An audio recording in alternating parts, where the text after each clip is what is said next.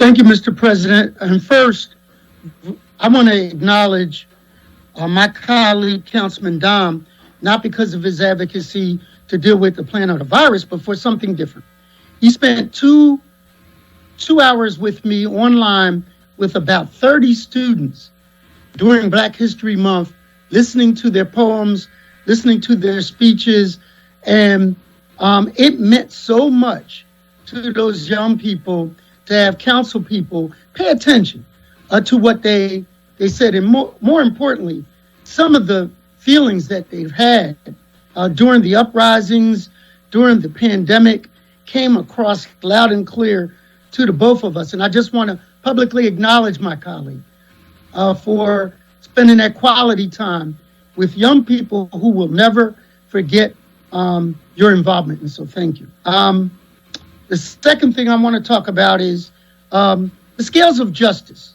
And, being chair of public safety, I spent a little time researching what that actually meant, and the symbol of justice with the goddess holding the two scales. Sometimes she had a blindfold, sometimes she had a sword in the left hand. But my interpretation of that symbol is balancing the rights of victims with the rights of the accused, and to come out with justice. And last week, two things happened. One, I stood beside Member Gaudier and Commissioner Outlaw when they apprehended 4 individuals that are accused of doing 9 shootings in my district and Member Gaudier's district. And we stood in that church where some of the families of the victims now could at least rest a little more at peace with the fact that the city of Philadelphia, the district attorney's office, the Philadelphia Police Department are actually out there apprehending shooters. So that's one part of that scale, Mr. President.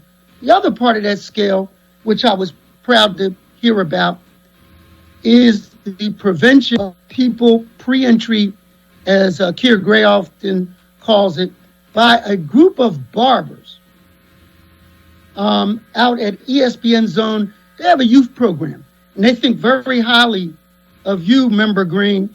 You have street cred among them.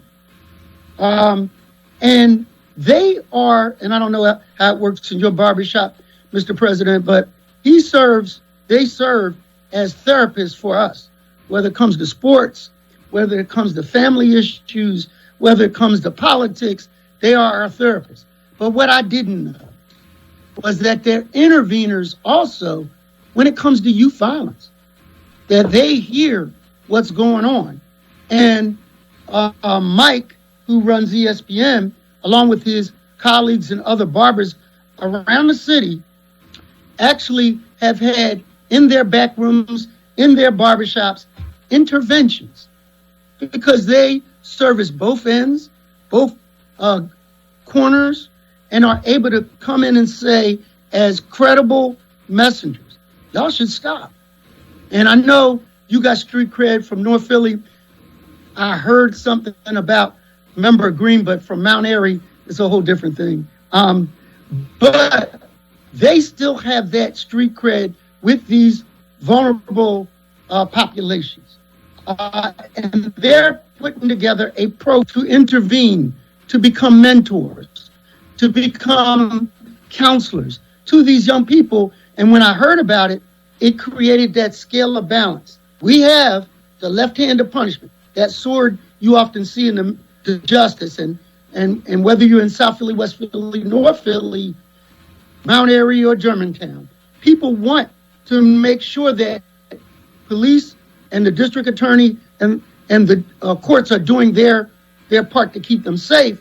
But on the other end of the spectrum, of the scales, that we're trying to prevent some of this, that we care enough about these young people to put out our resources. And I'm proud to say that they're watching us. Didn't know this.